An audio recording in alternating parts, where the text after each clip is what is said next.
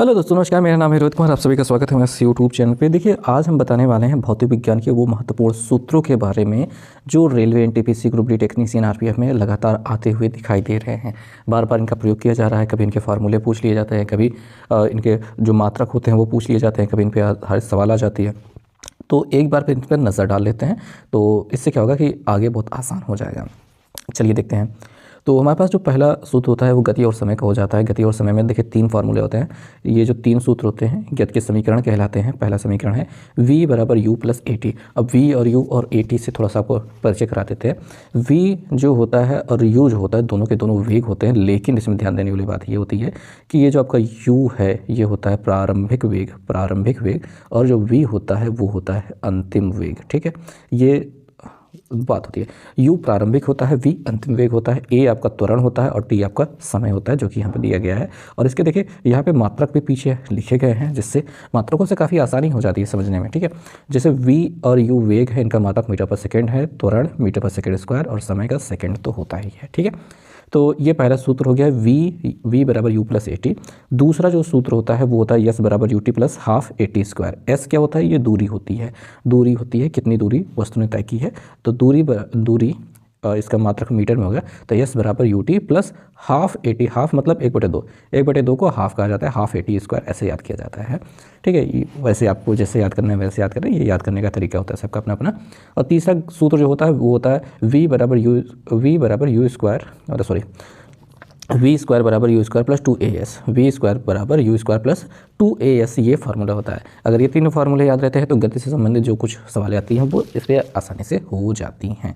ठीक है, ये हो गई बातें। आगे बढ़ते हैं। आगे अपना आ जाता है कार्य, ऊर्जा और शक्ति पर जो अपने सूत्र हैं वो। ठीक है, देखते हैं। देखिए कार्य का सूत्र क्या होता है? बल। देखिए कार्य W वर्क। ठीक है, वर्क कार्य बराबर होता है बल गुणित विस्थापन। इसमें कॉस थीटा, अगर किसी एंगल पर बल लग रहा है तो यहाँ पे कॉस थीटा का प्रयोग किया जाता है। आइदर इसको ना ही देखें तो भी काम चल जाता है, क्योंकि आपकी परीक्षाओं में कार्य बराबर बल गुणित विस्थापन पे डायरेक्ट सूत्र आ रहे हैं। कॉस थीटा तब लगता है जब कोई कोण हो, तब कॉस थीटा लगता है। ठीक है, W क्या है? अपना कार्य है। F क्या है? अपना बल है। D क्या है? विस्थापन है या फिर दूरी है। ठीक है, तो ये होता है फार्मूला। आपको कॉस थीटा के बारे में बता दिया। कॉस थीटा अगर मतलब कोई एंगल दिया है तब कॉस थीटा मतलब प्रयोग करेंगे, उस एंगल की वैल्यू थीटा की जगह पर रख देंगे और कॉस में उसकी वैल्यू रख देंगे तो हो जाएगा। और अगर एंगल नहीं दिया है तब भाई कॉस थीटा का कोई मतलब नहीं। ठीक है, अगला फार्मूला देखते हैं गुरुत्वीय संभावित ऊर्जा। यहाँ पे जो गुरुत्वीय ऊर्जा हो जाएगी, ऊंचाई पर जाने पर जो ऊर्जा प्राप्त होती है वो होती है mgh। यहाँ पे u क्या है? इसकी ऊर्जा हो गई, m द्रव्यमान हो गया, g गुरुत्वीय त्वरण हो गया और h ऊंचाई हो गई। ऊंचाई पे जाने पर जो ऊर्जा उसमें स्थिर हो जाती है, मतलब स्थितिज ऊर्जा के रूप में प्रयोग हो जाती है। ठीक है, वो हो जाती है ये इस फार्मूले के तहत उसको निकाला जा सकता है। अगला है गतिज ऊर्जा काइनेटिक एनर्जी k बराबर हाफ mv स्क्वायर होता है। k बराबर हाफ mv स्क्वायर, ये बहुत ज़्यादा बार प्रयोग में आता है फार्मूला, तो मैंने भी अपने एग्जाम में देखा था। ठीक है, अब ऊर्जा का मात्रक जो होता है वो जूल हो, तो याद रखना है ऊपर जो ऊर्जा थी उसका भी मात्रक जूल था, नीचे ऊर्जा का मात्रक जूल ही रहेगा। ठीक है, अगला जो फार्मूला देखने को मिलता है वो है शक्ति से संबंधित, शक्ति P। ठीक है, पावर ये होता है W/T। W क्या है? किया गया कार्य बटे समय, ये होता है शक्ति। ठीक है, शक्ति का मात्रक वाट होता है और समय का मात्रक सेकंड होता है, और किए गए कार्य का मात्रक जूल होता है। ठीक है, आगे चलते हैं। आगे है गुरुत्वाकर्षण ग्रेविटी के बारे में जो फार्मूला देखने को मिलता है भाई, इसमें एक ही फार्मूला है F बराबर G m1 m2 अपान r स्क्वायर। m1 m2 क्या है? ये दो वस्तुओं के द्रव्यमान, पहले वस्तु दूसरी वस्तु, इनके बीच की दूरी r। इनका द्रव्यमान m1, इसका द्रव्यमान m2, ये m1 m2 है।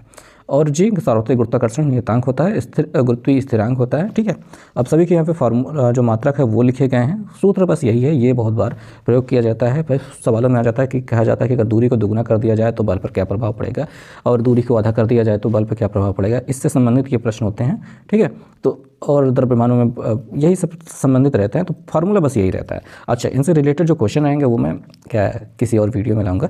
फिलहाल तो फार्मूला ये रहता है, आपको ये याद रखना है। ठीक है, आगे चलते हैं। आगे क्या है? इलेक्ट्रिसिटी में सबसे इंपॉर्टेंट जो होता है ओम का नियम होता है, V बराबर IR।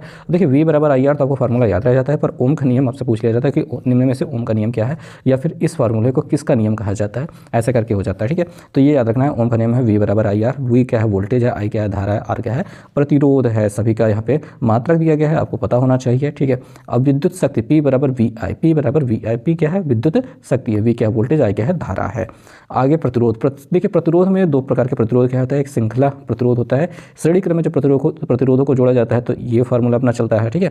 और जब समांतर क्रम में जोड़ा जाता है तो ये फार्मूला, यानी बाटी में करके उसी को उल्टा करके तब जोड़ करके फिर सीधा कर देते हैं, ये वाला चलता है, ठीक है। ये याद रखना होता है। प्रतिरोध का जो मात्रक होता है वो ओम होता है और ओम को ऐसे सिंबलाइज किया जाता है, तो ये भी पता होना चाहिए। अगला वाला क्वेश्चन देखते हैं। अगला वाला जो अपना जो फार्मूला देखते हैं वो तरंग और ध्वनि क्या हो जाता है। देखिए तरंग का जो सूत्र होता है V बराबर F लैम्डा होता है। अब V क्या है, तरंग गति है, तरंग की गति है मीटर पर सेकंड में, वेग है, स्पीड है, ठीक है। और F क्या है, आवृत्ति होती है जो हर्ट्ज में नापी जाती है, Hz लिखा जाता है। और तरंग दैर्ध्य है, लैम्डा जो है तरंग दैर्ध्य है वो मीटर में होती है। और गूंज समय T बराबर 1/f होता है, T अपना वही समय सेकेंड, ठीक है। अगला जो देख लेते हैं फार्मूला वो होता है हीट से संबंधित, ऊष्मा से संबंधित, ठीक है। ऊष्मा का जो सूत्र होता है Q बराबर MS डेल्टा T होता है, MS डेल्टा T, इसमें MC डेल्टा T लिखा गया है। हमने MS डेल्टा T याद किया है। जो C या फिर स्मॉल s प्रयोग किया जाता है, ये दोनों ही प्रयोग किए जाते हैं, वो है विशिष्ट ऊष्माधारिता जो जूल प्रति किलोग्राम प्रति डिग्री सेल्सियस होता है, ठीक है। ये S या C के रूप में याद किया जाता है। आपने जो भी याद किया हो वो याद रखें, कोई ज़रूरी नहीं है कि मेरी बातों पर ध्यान दें, मतलब आगे भी बढ़ सकते हैं ऐसे चल के। जो Q होता है वो ऊष्मा है, M द्रव्यमान है, और S या C विशिष्ट ऊष्मा, और डेल्टा T जो होता है वो तापमान में परिवर्तन होता है, तापमान में कितना परिवर्तन हो रहा है, ठीक। ये होता है फार्मूला।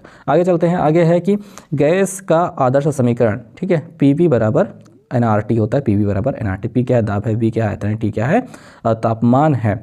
और अगला जो फार्मूला देखने को मिलता है वो प्रकाश से, से ये जो सूत्र आता है लेंस का सूत्र 1/f बराबर 1/v माइनस 1/u, ये सबसे ज़्यादा प्रयोग किया जा रहा है इस समय अपने एग्जाम में जो परीक्षाओं में आ रहा है, ठीक है।